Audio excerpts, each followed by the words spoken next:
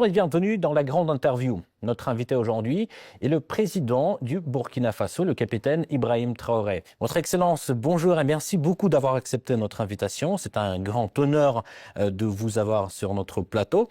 Alors, hier, vous avez assisté au défilé du 9 mai. Quelles sont vos impressions? Alors, bonjour et merci. Donc, nous sommes là, ici en Russie, pour la commémoration du 80e anniversaire de la victoire sur le nazisme. Et comme vous l'avez dit hier, on a assisté à la cérémonie, une parade et une cérémonie aussi de dépôt de gerbes sur la tombe du soldat inconnu. Je pense que c'est très symbolique. Nous avons appris beaucoup de choses au cours de ce séjour. Ce n'était pas uniquement une fête, mais c'est une célébration de la victoire d'un nouveau monde. Donc, ça a beaucoup de sens pour nous. Mais la qualité du défilé, qu'est-ce que vous en pensez? Oui, c'est comme je le dis, c'était parfait. Parfait, et ça nous a fait apprendre beaucoup de choses. Et quand on fait défiler les engins qui ont gagné la guerre, c'est-à-dire les T-34 jusqu'aux engins modernes, ça nous montre l'évolution technologique de l'armée russe. Et ça nous inspire, nous aussi, à nous mettre au travail pour pouvoir nous développer dans le même sens. Est-ce qu'il y avait certaines choses qui vous ont surpris, par exemple? Surpris, toujours, on est toujours surpris quand on voit l'avancée technologique. Et dernièrement, je pense qu'il y a une nouvelle arme qui a fait son apparition dans l'arsenal militaire russe, Oreshnik, qui nous avons pu voir passer. Et je pense que ça, c'est très significatif. Quelle est la signification de votre présence en tant que chef d'État africain? Car on sait bien que les Africains ont apporté leur contribution à la victoire des Alliés dans la Seconde Guerre mondiale. Bien sûr, c'est comme je l'ai dit, les Africains et les soldats soviétiques ont contribué beaucoup à libérer le monde du nazisme. Et si le monde n'était pas libéré du nazisme, on ne sait pas ce que ça allait devenir. Et en suivant les événements, j'ai vu que la Russie, elle seule, a perdu 1 million de soldats sur le sol européen en combattant. L'Afrique aussi a donné, nos ancêtres ont beaucoup combattu sur le théâtre européen, principalement en France, en Belgique, en Italie, pour libérer le monde du nazisme. Donc c'est une histoire commune que nous partageons. Comment s'est déroulée la rencontre avec le président russe? Alors, pour l'instant, nous avons eu des rencontres brèves et dans quelques temps, nous allons avoir un long entretien. Et ça se passe très bien et vraiment c'est très courtois, c'est amical, c'est fraternel et c'est tout ce qu'on demande en matière de nouvelles coopérations dans ce monde. Mais comment décririez-vous l'état actuel des relations bilatérales?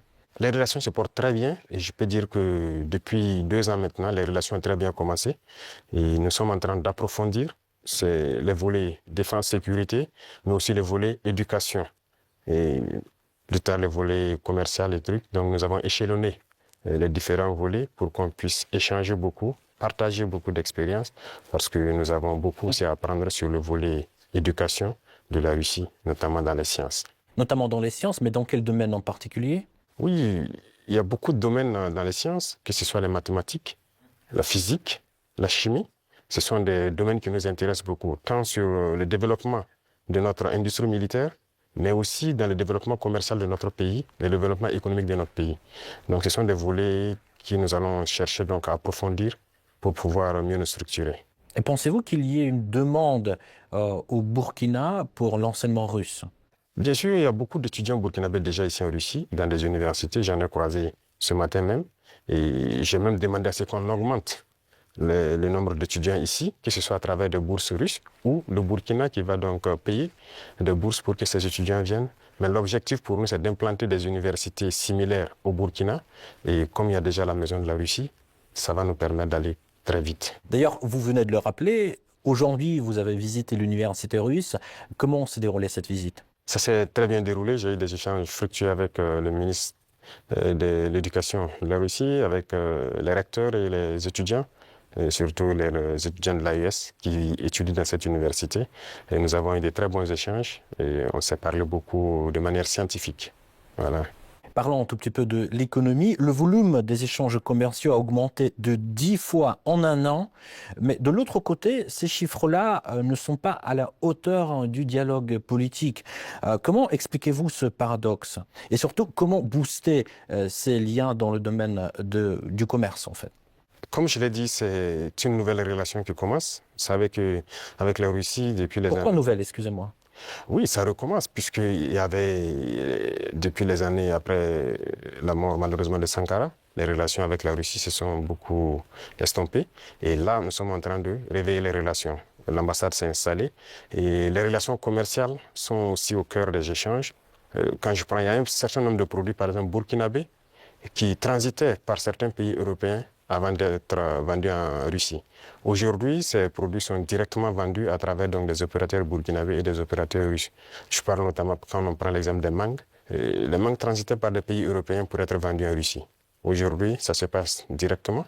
Il y a le coton, qui va suivre, il y a beaucoup d'autres produits, le sésame et bien d'autres produits agricoles que nous pourrons échanger directement avec la Russie. Donc, ça ne fait que commencer, ça va s'accroître. Tout à fait. En fait, les prévisions économiques indiquent une croissance de 5,6% en 2025. Alors, quels sont les secteurs clés qui soutiennent cette croissance? Alors, il faut dire que jusqu'aujourd'hui, au Burkina Faso, c'est l'or qui est le premier produit d'exportation. Mais nous avons lancé le moteur de l'agriculture pour d'abord l'autosuffisance, mais aussi pour le commerce extérieur, l'exportation. Et si vous suivez bien, depuis l'année passée, nous avons lancé l'offensive agricole avec une initiative qui soutient l'offensive. L'objectif, c'est de pouvoir accroître notre production agricole de façon significative, s'autosuffire, mais aussi il y a des produits de rente qu'il faille donc vendre à l'extérieur. Et tout ça doit pouvoir soutenir cette croissance et nous espérons être bien au-dessus de ces chiffres-là. Mais comment se déroulent ces réformes, en fait? Il y a beaucoup de choses, ce sont des réformes difficiles. Faut le reconnaître parce qu'il y a un système qui s'est installé, mais ce n'est pas impossible. Déjà, quand vous regardez notre production céréalière, on a eu une très bonne croissance en 2024. 2025, nous espérons encore faire mieux. Et ce sont des réformes assez courageuses. Quand vous prenez, par exemple, je reste toujours dans l'agriculture, nous avons, par exemple, décidé, à travers l'initiative de l'offensive, de labourer gratuitement les champs de nos paysans. Donc l'année passée, on l'a fait. Cette année encore, s'il plaît à Dieu au retour, il y a un bon nombre de tracteurs encore qu'on a acquis, qu'on va mettre à la disposition des cellules mécanisées dans les différents départements pour accroître les superficies emblavées. Nous maximisons beaucoup dans la gestion de l'eau à travers donc, une structure qu'on a créée, l'ONBA, pour maîtriser l'eau et pouvoir produire au moins 2-3 fois dans l'année. Parce que si on dépend uniquement des pluies, ce serait difficile. Donc, il y a ce secteur, le secteur minier aussi, que nous allons continuer de booster pour que le pays lui-même exploite ses propres ressources. Donc, nous avons commencé à acquérir des mines. Il y a beaucoup de permis qui sont là, que nous sommes en train de développer. Nos ingénieurs ont pu développer les machines nécessaires pour qu'on puisse exploiter nous-mêmes nos ressources. Donc, si on met à profit ces deux secteurs, et compléter avec l'industrialisation, c'est-à-dire la transformation de nos produits sur place, qui va nous empêcher d'exporter brut, ça va beaucoup nous amener à entraîner en tout cas une très bonne croissance. Donc ce sont ces réformes qui sont en cours, l'agriculture, l'industrie et beaucoup de secteurs. Pensez-vous que la Russie puisse apporter son soutien pour la mise en place de ces réformes? Bien sûr, bien sûr. Beaucoup de soutien et rien que la formation technique et professionnelle, c'est déjà une très bonne chose. Si nous payons des industries, il faut bien des gens qui vont les entretenir et les faire marcher. Et la Russie nous aide dans ce volet. C'est pourquoi je dis que nous avons une très bonne coopération avec le ministère de l'Éducation. Ils vont nous permettre de former des techniciens, des ingénieurs qui doivent pouvoir entretenir tout ce que nous faisons, mais créer nous-mêmes nos propres unités industrielles. Donc ça, c'est très important pour nous. Et dans le commerce aussi, comme je l'ai dit tout de suite, avec la Russie, ça se passe très bien. Et il n'y a pas de raison qu'on ne puisse pas approfondir tout ça. Parlons un tout petit peu de la sécurité. Quelle est la situation sécuritaire actuellement dans votre pays et d'ailleurs dans la région? Oui, dans la région, comme vous savez, la situation sécuritaire, en tout cas, nous essayons d'évoluer sur les champs de bataille. Ça, c'est la première des choses parce qu'il y a plusieurs facteurs qui rentrent en ligne de compte. Sur les champs de bataille, il y a de l'évolution. Si on prend de 2023 aujourd'hui, nous avons pu récupérer beaucoup de zones que nous avons pu pacifier. N'empêche que l'ennemi se renforce aussi. Il y a beaucoup de combattants étrangers qui rejoignent le rang des terroristes. Est-ce que vous pouvez préciser, vous parlez de quoi? Oui, les terroristes, ils sont renforcés par beaucoup de combattants étrangers qui viennent d'ailleurs, qui ne sont pas en fait, quand je prends le cas du Burkina, il y a beaucoup de criminels qui sont au Burkina mais qui ne sont pas burkinabés. Il y a aussi des formateurs qui viennent de beaucoup de pays pour les apprendre beaucoup de techniques. Mais quel est leur intérêt? Mais ce n'est pas du terrorisme en fait, c'est de l'impérialisme. L'objectif pour eux, c'est de nous maintenir dans une guerre permanente, qu'on ne puisse pas se développer et continuer à piller nos richesses. Et donc, ils ont tout intérêt à amener des spécialistes dans les mines pour poser divers types de mines, des spécialistes en explosifs. Aujourd'hui, les terroristes utilisent des drones pour faire le combat et tout. Donc, ce sont des professionnels venus donc, de certains pays qui viennent les apprendre tout ça. Tout ça, c'est pour continuer à nous maintenir dans une situation d'insécurité. Mais nous prenons la mesure de la chose, nous nous adaptons à chaque fois à leur mode d'action et nous continuerons le combat jusqu'à récupérer l'entièreté du Sahel. Y a-t-il des pays concrets qui financent ces combattants? Tous les pays impérialistes financent ces combattants. Voilà, ils sont nombreux. On ne peut pas les citer voilà, individuellement. Il y en a qui sont même cachés, qu'on ne peut pas imaginer. Mais ils sont nombreux. Ils sont nombreux. Il y a ceux qui ne sont pas cachés, qui le déclarent ouvertement. Je parle du récent scandale avec le soutien du terrorisme au Mali. Quel regard portez-vous sur ce qui s'est passé en fait au Mali? Oui, c'est malheureux, ils l'ont déclaré ouvertement, qu'ils soutiennent les terroristes.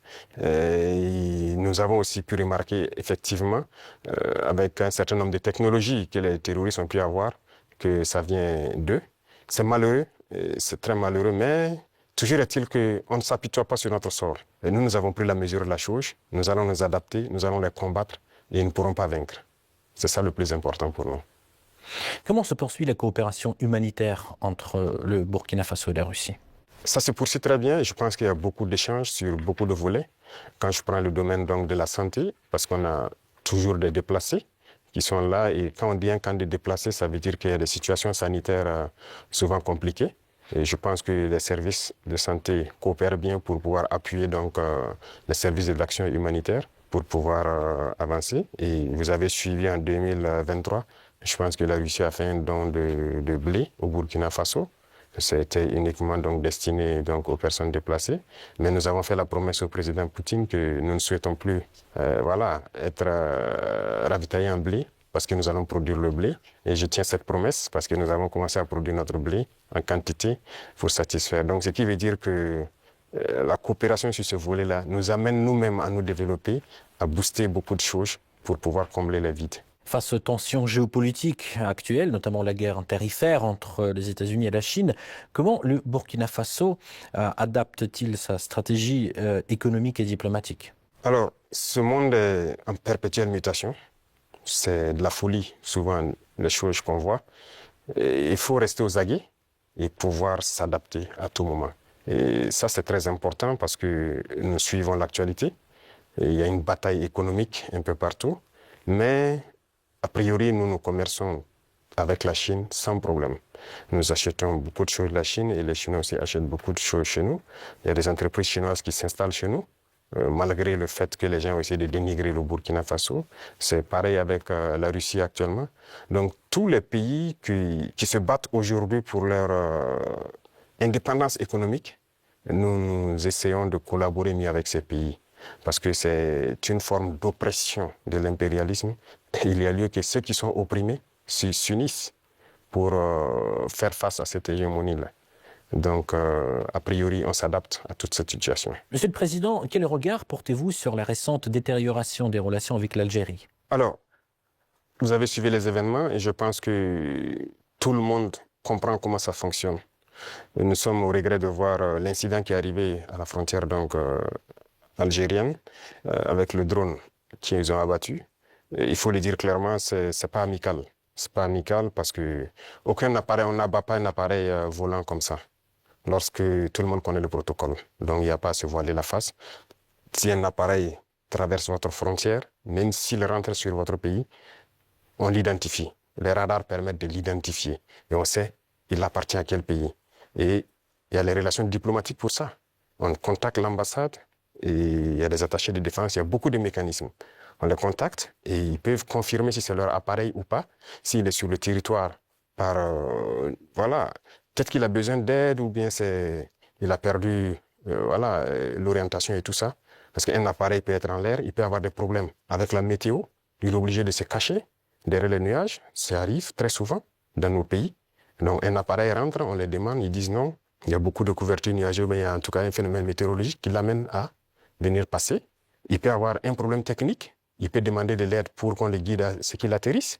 Donc il y a tellement de facteurs qui peuvent faire qu'un appareil se retrouve dans un espace aérien.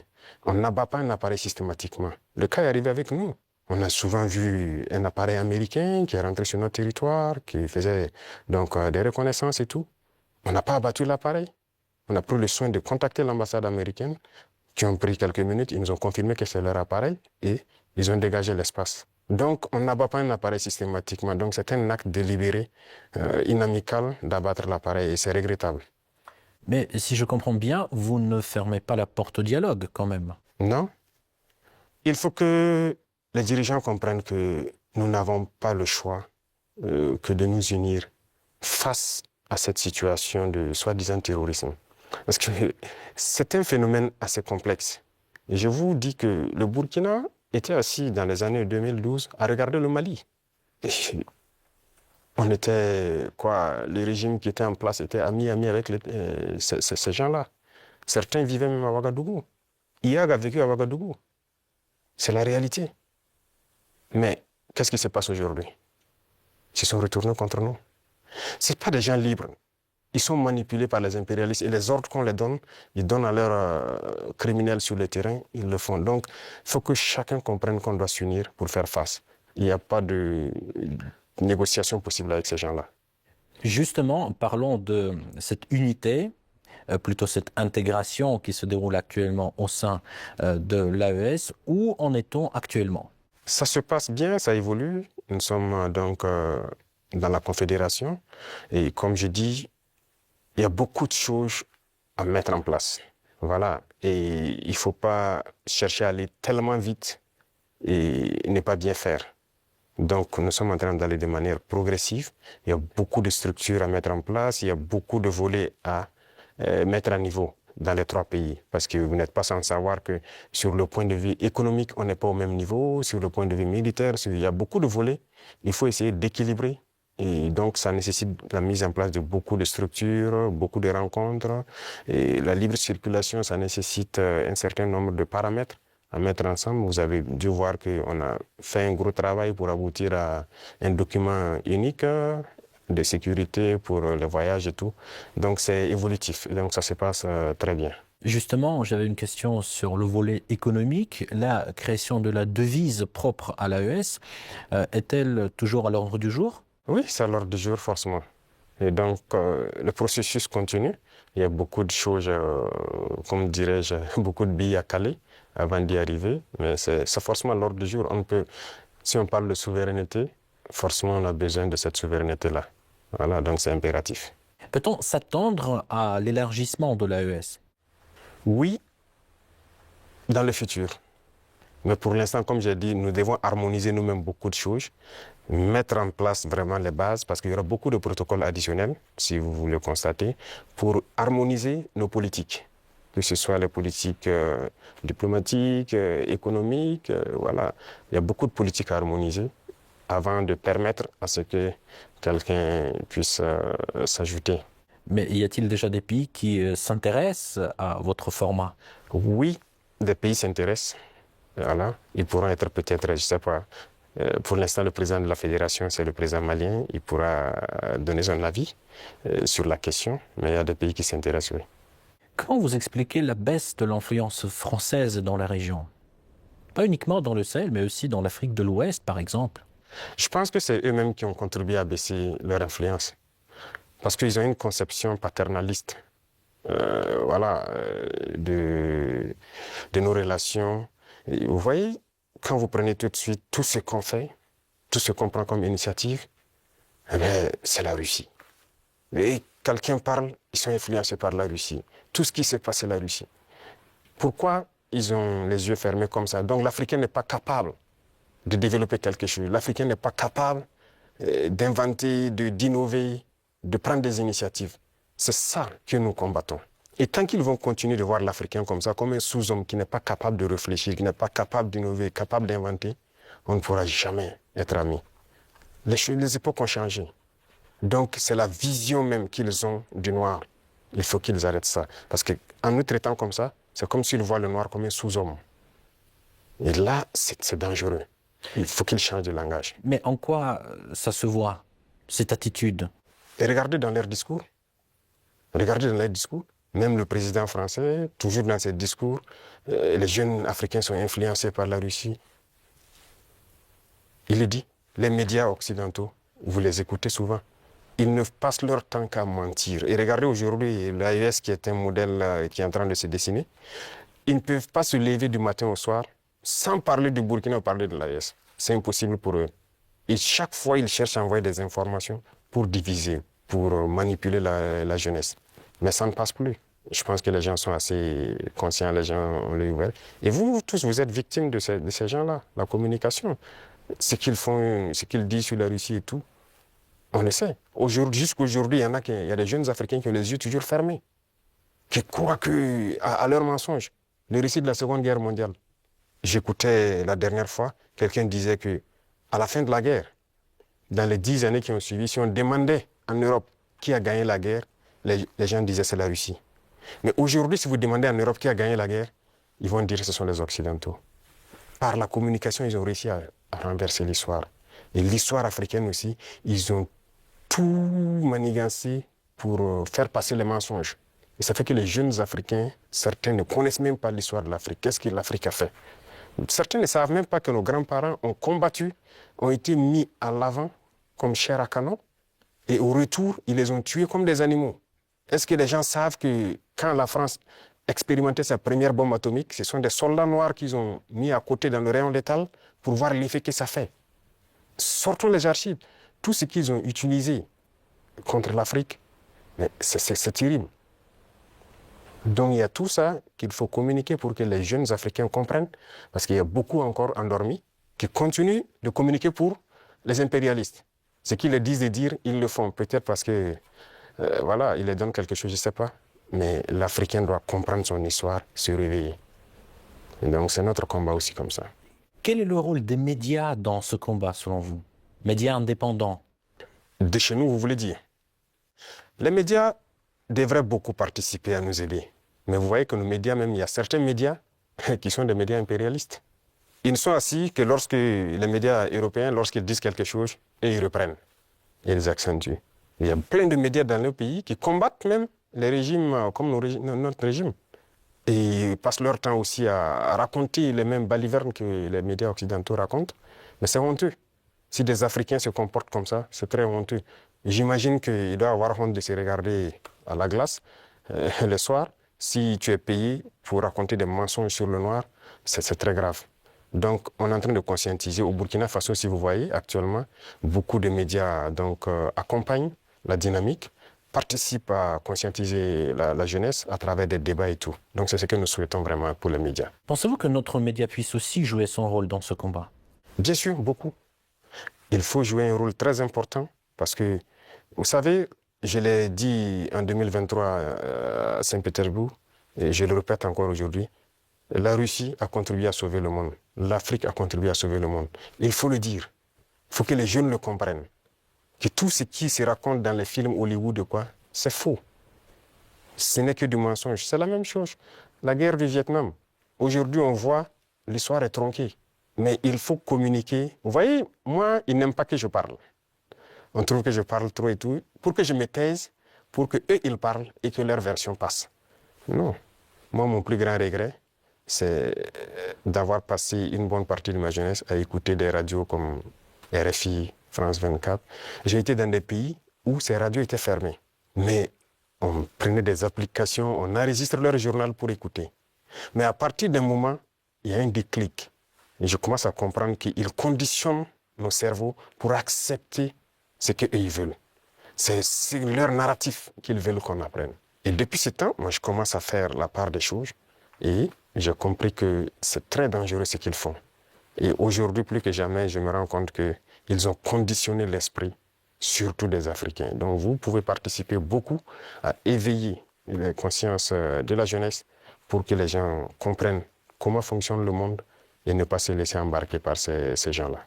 Ma toute dernière question, juste pour conclure sur une note positive, quelles sont les perspectives des relations entre la Russie et le Burkina Faso selon vous? Beaucoup de perspectives à venir.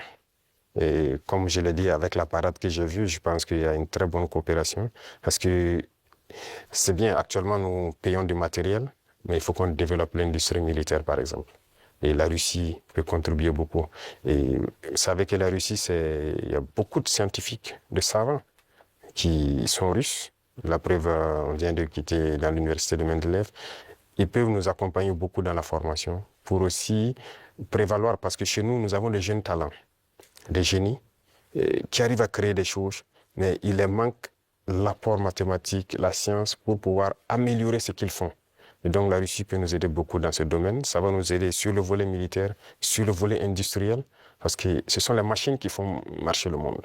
Et aujourd'hui, la technologie qui est là, que ce soit l'informatique et les réseaux, la télécommunication et tout, sur ce volet, la Russie est en train de beaucoup collaborer. Donc, à l'avenir, toutes ces perspectives sont donc mises à l'ordre du jour pour que nous puissions donc voilà, arriver à un objectif certain que nous souhaitons. Votre Excellence, merci beaucoup pour cet échange très intéressant et très enrichissant. Je rappelle, c'était le président du Burkina Faso, le capitaine Ibrahim Traoré. Merci encore. Merci à vous. Merci.